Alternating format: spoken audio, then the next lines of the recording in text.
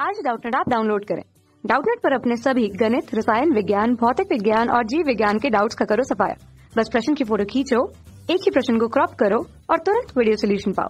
अभी डाउनलोड करें। नमस्कार दोस्तों, हमारा प्रश्न है कि दोस्तों यहाँ पर हमें प्रश्न पूछा गया है कि निहित रासायनिक अभिक्रियाओं के आधार पर व्याख्या कीजिए कि क्लोरोफ्लोरोकार्बन समताप मंडल में ओजोन को कैसे कम करता है। तो दोस्तों हमें रासायनिक अभिक्रिया के दौरान बताना है कि समताप मंडल में जो हमारी ओजोन परत पाई जाती है उसका क्षरण किस तरह से हो रहा है। ठीक है, तो दोस्तों हम जानते हैं कि जो हमारी ओजोन की परत है, ओजोन की परत ये हमारे कौन से मंडल में पाई जाती है? ये दोस्तों हमारे पृथ्वी के समताप मंडल में पाई जाती है। और ये समताप मंडल कहाँ है? क्षोभ मंडल के ऊपर का जो हमारा मंडल है उसे ही हम कहते हैं समताप मंडल।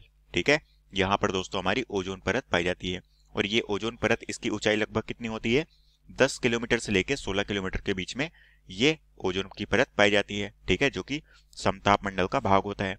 ठीक है, तो अब दोस्तों हम जानते हैं कि ये किस तरह से इसकी रासायनिक क्रिया होती है। रासायनिक अभिक्रिया जिसके कारण से हमारी ओजोन परत का नाश होता है। ठीक है, तो अब दोस्तों हम इसकी रासायनिक अभिक्रिया देखते हैं। ठीक है, तो दोस्तों हम जानते हैं कि ओजोन परत को जो सबसे ज्यादा हानि पहुंचाता है वो कौन सी है? वो है CFC गैसें। ठीक है, CFC गैसें। और इस CFC गैसें का पूरा नाम क्या है दोस्तों? वो है क्लोरोफ्लोरोकार्बन। ठीक है, तो हम जानते हैं दोस्तों इसका जो पूरा नाम है क्लोरोफ्लोरोकार्बन। ठीक है, तो ये होता है क्लोरोफ्लोरोकार्बन, जो कि हमारी ओजोन की परत को हानि पहुंचाने का मुख्य कारण है। ठीक है, और ये गैसें कहाँ से रिलीज होती है? प्रशीतक, रेफ्रिजरेटर, इन सभी से ये गैसें, हानिकारक गैसें पृथ्वी के वायुमंडल में प्रवेश करती है। तो अब दोस्तों हम जानते हैं कि ये जो CFC है ये हमारे क्या होते हैं? स्थायी यौगिक होते हैं। ठीक है, और ये सूर्य के प्रकाश की उपस्थिति में निम्नलिखित में अपघटित होते हैं। अब दोस्तों हम देखते हैं कि इनका जो अभिक्रिया है किस तरह से होता है। ठीक है, तो दोस्तों हम जानते हैं कि ये हो जाएगा हमारे पास अभिक्रिया होगी दोस्तों 3 चरणों में। तो सबसे पहले चरण की अभिक्रिया देख लेते हैं।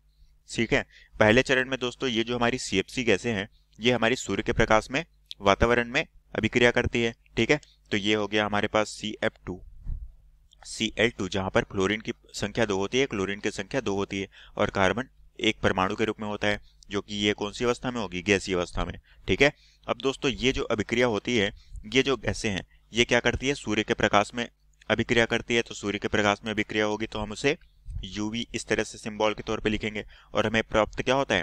क्लोरीन परमाणु के तौर पे। ठीक है, और साथ में हमें क्या प्राप्त होता है? यहाँ पर CF2Cl। ठीक है, और ये भी कौन सी अवस्था में है? गैसीय अवस्था में है। तो दोस्तों हम कह सकते हैं कि पहली चरण की अभिक्रिया में हमें यहाँ पर क्या प्राप्त हुआ? क्लोरीन का परमाणु अभिक्रिया में अलग हो गया। ठीक है, अब दोस्तों इसी तरह से हम दूसरे चरण की अभिक्रिया देखते हैं।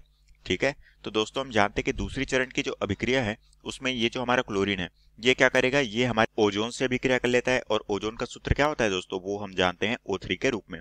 ठीक है, तो ये दोस्तों क्लोरीन का जो परमाणु है ये ओजोन के साथ में अभिक्रिया करके क्या बना लेता है? ClO और साथ में ऑक्सीजन यहाँ पर प्रदान करता है। ठीक है, तो हम कह सकते हैं कि यहाँ पर दोस्तों क्या कर दिया? क्लोरीन का जो परमाणु है ये ओजोन को किस में तोड़ दिया? ऑक्सीजन के परमाणु में और साथ में ऑक्सीजन के परमाणु और साथ में ऑक्सीजन गैस में तोड़ दिया। ठीक है, तो यहाँ पर क्या हुआ दोस्तों? ओजोन की मात्रा यहाँ पर कम हो गई, क्योंकि ओजोन तो क्या हो गया? टूट गया ऑक्सीजन और ऑक्सीजन के परमाणु में। तो यहाँ पर क्या हो गई? ओजोन की मात्रा कम हो गई और यहीं से क्या हो जाता है? ओजोन की परत का क्षरण होना चालू हो जाता है। ठीक है, अब दोस्तों हम यहाँ पर तीसरे चरण की अभिक्रिया देख लेते हैं। ठीक है, तो तीसरे चरण में क्या होता है दोस्तों? ये जो हमारा ClO है, ठीक है, जो कि है क्लोरो ऑक्साइड, तो ये जो ClO है ये किसके साथ अभिक्रिया करता है? ये दोस्तों हमारे वायुमंडल में उपस्थित ऑक्सीजन के परमाणु के साथ में अभिक्रिया कर लेता है। ठीक है, और ये ऑक्सीजन के परमाणु के साथ अभिक्रिया करके क्लोरीन और साथ में ऑक्सीजन गैस यहाँ पर बना लेता है। तो ये हो गई दोस्तों तीनों चरण की अभिक्रिया। ठीक है, और दोस्तों हम देख पा रहे हैं कि यहाँ पर दूसरे चरण की अभिक्रिया में जो हमारा ओजोन है ये क्लोरीन के परमाणु से अभिक्रिया करके क्या बना ले रहा है? ऑक्सीजन और ऑक्सीजन के परमाणु। तो इसलिए यहाँ पर हम कह सकते हैं कि इस अभिक्रिया में ओजोन भाग ले रही है। ठीक है, ओजोन इस क्रिया में भाग लेती है जिससे उसकी मात्रा में कमी आती है। ठीक है, और यही इसकी ओजोन की मात्रा में कमी आने के कारण ओजोन की परत का क्या होता है, क्षरण होता जाता है। ठीक है, और यही दोस्तों में प्रश्न में पूछा गया था, जो कि हमारे प्रश्न का उत्तर है।